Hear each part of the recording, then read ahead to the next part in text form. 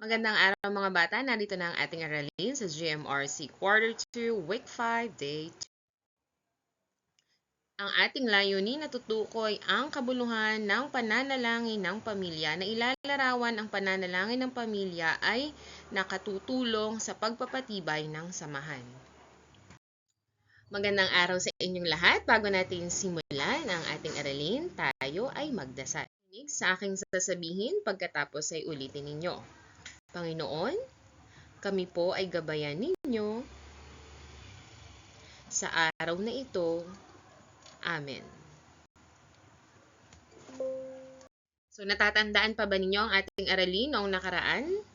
So, ito ay tungkol sa panalangin at ano ang kalagahan nito pag nananalangin ang buong pamilya. So, suriin ninyo ang nasa larawan at ilarawan nyo ito. Ano ang masasabi ninyo? So, makikita nyo na meron ulit mga nananalangin. Okay, so sa araw na ito ay pagpapatuloy natin ang pagtalakay natin sa kahalagahan ng pananalangin. Basahin nyo nga ang nakasulat. Madasalin.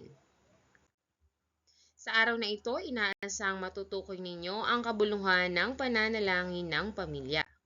Inaasahan din na mailalarawan na ang pananalangin ng pamilya ay nakatutulong sa pagpapatibay ng samahan. Tukuyin mo ang posibleng dahilan ng kanilang pananalangin. O bakit kaya sa tingin mo sila ay nananalangin? So, maaaring meron silang kahilingan sa Panginoon, maaaring nagpapasalamat, nagpupuri o humihingi ng tawad. Kahit ano paman ang ating dahilan, hindi dapat natin kinakalimutan ng ating pananalangin. Huwag tayong mananalangin kapag tayo ay may hinihingi lang. No? Dapat araw-araw nating papurihan ang Diyos sa pamamagitan ng pananalangin. So, ating subukang basahin ng sabay-sabay ang sumusunod at alamin ang kahulugan. Pagpapalakas ng ugnayan ng pamilya. Ulitin nyo nga.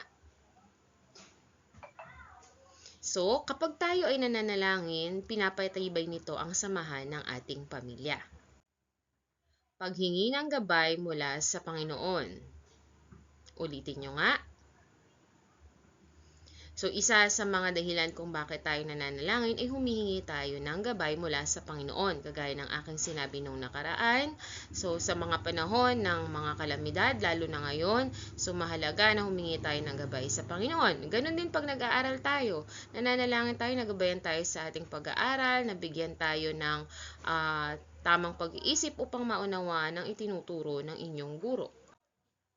Pagpapahalaga sa mga paniniwala ng pamilya. So, yan. Kapag mayroon tinuro ang pamilya, yan, at ito ay hindi naman nakakasama, kundi nakakabuti sa pamilya, so dapat ating itong inuunawa at ginagawa. Sa ganong paraan, na ipapakita natin ang pagpapahalaga. Halimbawa, nakagawian na ng pamilya na kailangang magsimba, no, ng sama-sama ang pamilya. Kahit ikaw ay may takdang aralin, iiwanan mo yun para sa paniniwala ng pamilya kasi yun ay mabuti. Pagpapahayag ng pasasalamat sa Panginoon. So, isa ito sa dahilan kung bakit din tayo laging nagpapasalamat. Hindi tayo nagpapasalamat dahil may maganda tayong laruan, meron tayong magandang bahay. Hindi lang yun yung dahilan kung bakit tayo nagpapasalamat. Pag tayo ay gumising sa umaga na meron tayong panibagong buhay, ipagpasalamat natin yun kasi may mga tao na hindi na nagigising. No? Yan. So, pagpasalamat natin na wala tayong sakit. Yun. So, kung may karamdaman man tayo at gumaling tayo, ipagpasalamat natin ang kagalingang ibinigay sa atin ng Panginoon. Pagsunod sa mga gawaing nakagawian sa kanilang paniniwala. Yan. So, kung may yung magagandang paniniwala, mga bata ha, kasi may ibang mga paniniwala na hindi nakakabuti. Kaya kailangan gamitin natin ang ating pag-iisip kung ang paniniwala bang kinagawian o nakasanayan ng isang pamilya ay mabuti. So, kabuluhan ng panalangin sa pamilya. So, yun, isa-isahin natin yung kaninang binasa ko, pagpapalakas ng ugnayan ng pamilya, paghingi ng gabay mula sa Panginoon, pagpapahalaga ng paniniwala ng pamilya, pagpapahayag ng pasasalamat sa Panginoon, pagsunod sa mga gawaing nakagawian ng kanilang paniniwala, pagpapalakas ng ugnayan ng pamilya. Atin muling basahin ang mga halimbawa ng mga kabuluhan ng panalangin ng pamilya. Pumili ng isang kabuluhan na mahalaga sa inyong pamilya at sabihin kung bakit ito mahalaga. So sabihin nyo sa inyong kapamilya kung alin doon yung napili nyo at bakit nyo yun napili. O muli ko itong babasahin at pumili kayo ng isa. At maaari nyo ibahagi ito sa inyong kapamilya, sa inyong tahanan. Pagpapalakas ba ito ng ugnayan ng pamilya? Paghingi ng gabay mula sa Panginoon?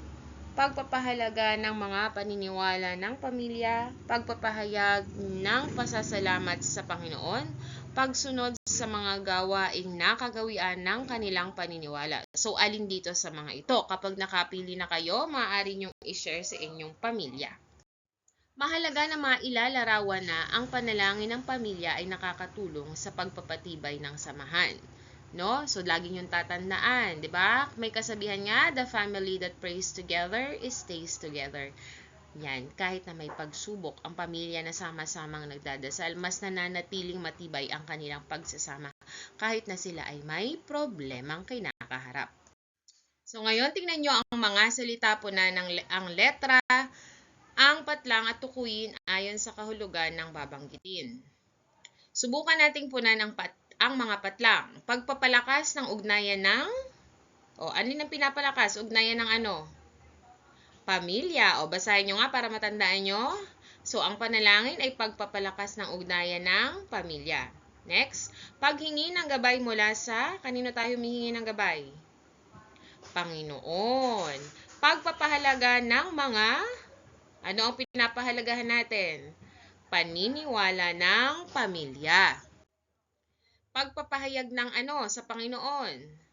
Pasasalamat. Ulitin nga natin, pagpapahayag ng pasasalamat sa Panginoon. Pagsunod sa mga gawaing nakagawian sa kanilang paniniwala. Ulitin natin, pagsunod sa mga gawaing nakagawian sa kanilang paniniwala. So, ano ang naramdaman ninyo habang ginagawa natin ang gawain? Masaya, no? Dapat masaya kasi kapag tayo ay malapit sa Diyos, palagi tayong masaya. Kahit na nagkaroon ng problema, pwedeng maging malungkot, pero magiging masaya pa rin tayo. So, ano-anong natutunan ninyo? Natutunan ninyo ang mga benepisyo o mga kagandahang na idudulot ng pananalangin. Bakit mahalagang matukoy ang kabuluhan ng panalangin sa pamilya? Upang malaman natin ang kahalagahan nito. So, bakit kailangan natin lagi itong ginagawa? Ano ba yung magandang natudulot nito? Para lagi na tayong mananalangin. So, tiyakin nyo na may isa-isang mga sumusunod na konsepto.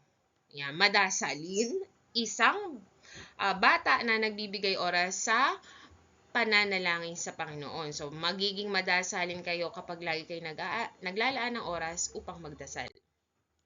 So, basahin natin muli, pagpapalakas ng ugnayan ng pamilya. Ulitin nyo nga. Paghingi ng gabay mula sa Panginoon. Pagpapahalaga sa mga paniniwala ng pamilya. Pagpapahayag ng pasasalamat sa Panginoon. Pagsunod sa mga gawaing nakagawian sa kanilang paniniwala. Ngayon, isulat ang check kung ang tinutukoy ay mga kabuluhan ng panalangin ng pamilya at X kung hindi. Pagpapalakas ng ugnayan ng pamilya. So, ito ay check. Paghingi ng gabay mula sa Panginoon. Check. Pagpapahalaga ng mga paniniwala ng pamilya. So, check. Pagpapahayag ng pasasalamat sa Panginoon. Check. Pagsunod sa mga pansariling gawain. Yan. So, pansariling gawain, hindi dapat lang mga sarili natin ang ating iniisip. No? Pag nananalangin, dapat ibang tao din. Okay? So, huwag kalimutang magdasal. Ayan, para tayo ay mas mapalapit sa Diyos. Hanggang sa muli. Paalam!